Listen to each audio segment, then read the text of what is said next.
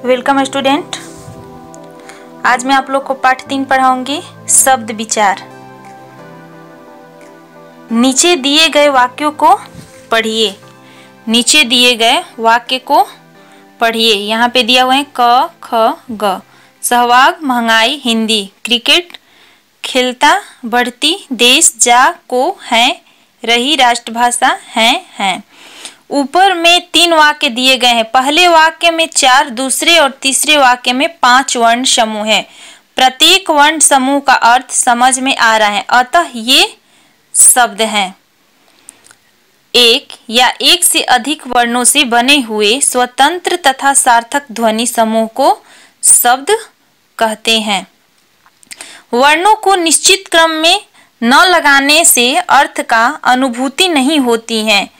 जब हम वर्णों को निश्चित क्रम या स्थान पर रखते हैं तभी हमें सार्थक शब्द प्राप्त होते हैं। जैसे ल धन क धन म, लमक निरर्थक शब्द, इसका कोई अर्थ नहीं निकल रहा है, लेकिन वही 2 नंबर में दिया हुआ है क धन म धन ल, कमल यानी सार्थक शब्द, कमल का अर्थ निकल रहा है। पहले उदाहरण में लमक का कोई अर्थ नहीं, परंतु दूसरे उदाहरण में कमल एक फूल का नाम है। वर्णों के क्रम को बदलकर कई सार्थक शब्द बनाए जा सकते हैं, जैसे कमल, कलम इत्यादि। नेक्स्ट पॉइंट पर आते हैं, शब्द और पद।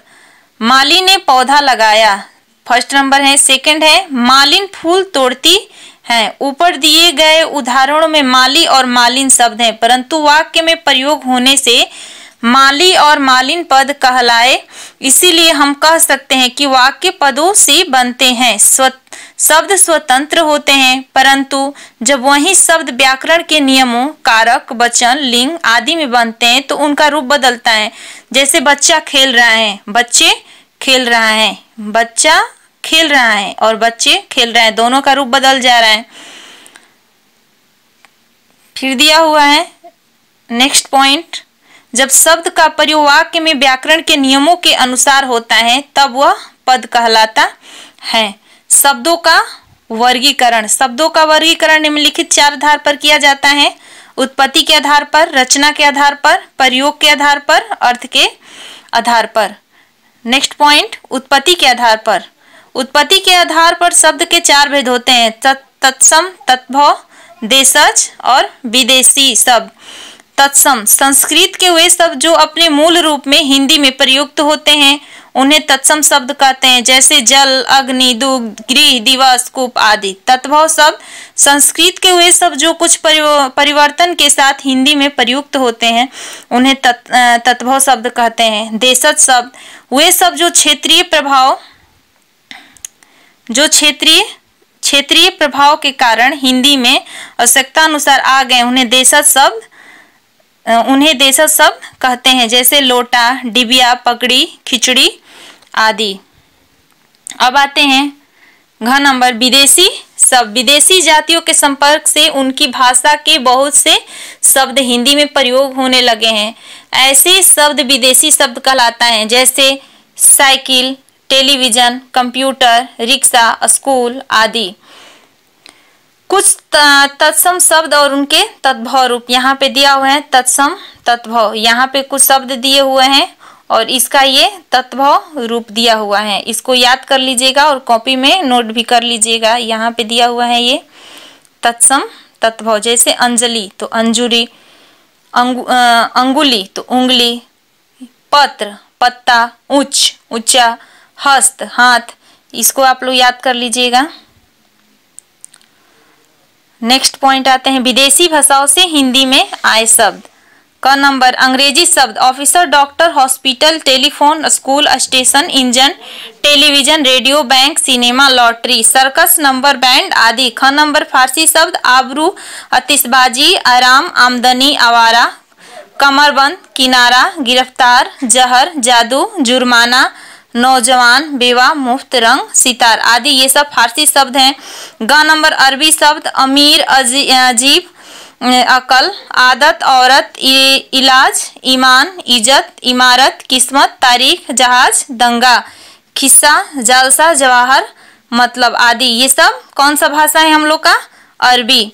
यहाँ पे घ नंबर दिया है तुर्की शब्द चेचक, चकमक, तमगा, तोप, बेगम, बहादुर, कालीन, कुली, चीक, मुगल आदि ये तुर्की शब्द हैं। अंगा नंबर पुर्तगाली शब्द पुर्तगाल शब्द यहाँ तंबाकू, साबुन, तौलिया, फालतू, आलपीन, अलमारी, बाल्टी, फीता, चाबी आदि। और नेक्स्ट पॉइंट रचना के आधार पर। रचना के आधार पर शब्द के 3 भेद होते हैं, रूट शब्द, यौगिक शब्द और योग रूट शब्द। पहला है रूट शब्द, वे परंपरागत शब्द जिनके सार्थक खंड नहीं किए जा सकते हैं उन्हें रूट शब्द कहते हैं, जैसे फूल, दिन, रात, पानी, कुर्सी आदि। इसी प्रकार सेना, तोता, कमरा, लकड़ी, खिड़की आदि शब्द रूट शब्द कहलाएंगे।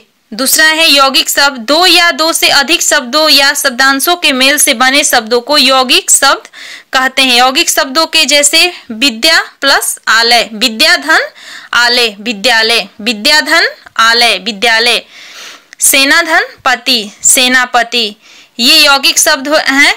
2 या 2 से अधिक शब्दों या शब्दांशों के मेल से बने शब्दों को यौगिक शब्द कहते हैं।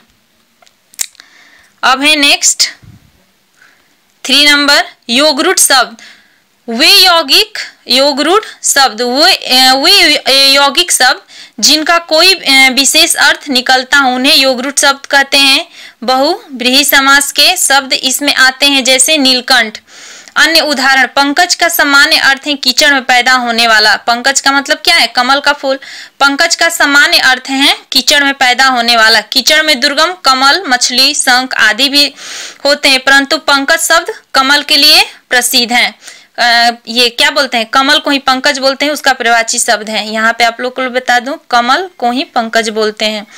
ख नंबर लंबोदर का सामान्य अर्थ है लंबा है उदर जिसका। यहाँ लंबोदर शब्द लंबे पेट वाले के लिए प्रयुक्त न होकर गणेश जी के अर्थ में रूढ़ प्रसिद्ध हो गया है। इसी प्रकार जलज, दशानन, नीलकंठ आदि शब्द हैं। नेक्स्ट पॉइंट है अर्थ के आधार पर। अर्थ के आधार पर शब्द 2 प्रकार के होते हैं, सार्थक, निरर्थक। सार्थक जिन शब्दों का कोई निश्चित अर्थ होता है उन्हें सार्थक शब्द कहते हैं, जैसे घर, पुस्तक, विद्यालय आदि। निरर्थक वे शब्द जिनका कोई अर्थ नहीं होता है वे निरर्थक शब्द कहलाते हैं, जैसे पानी, वानी, खाना, वाना, मकान, वकान में प्रयुक्त पानी, प्रयुक्त वानी, वाना, वकान शब्द निरर्थक है, इसका कोई अर्थ नहीं निकलता है।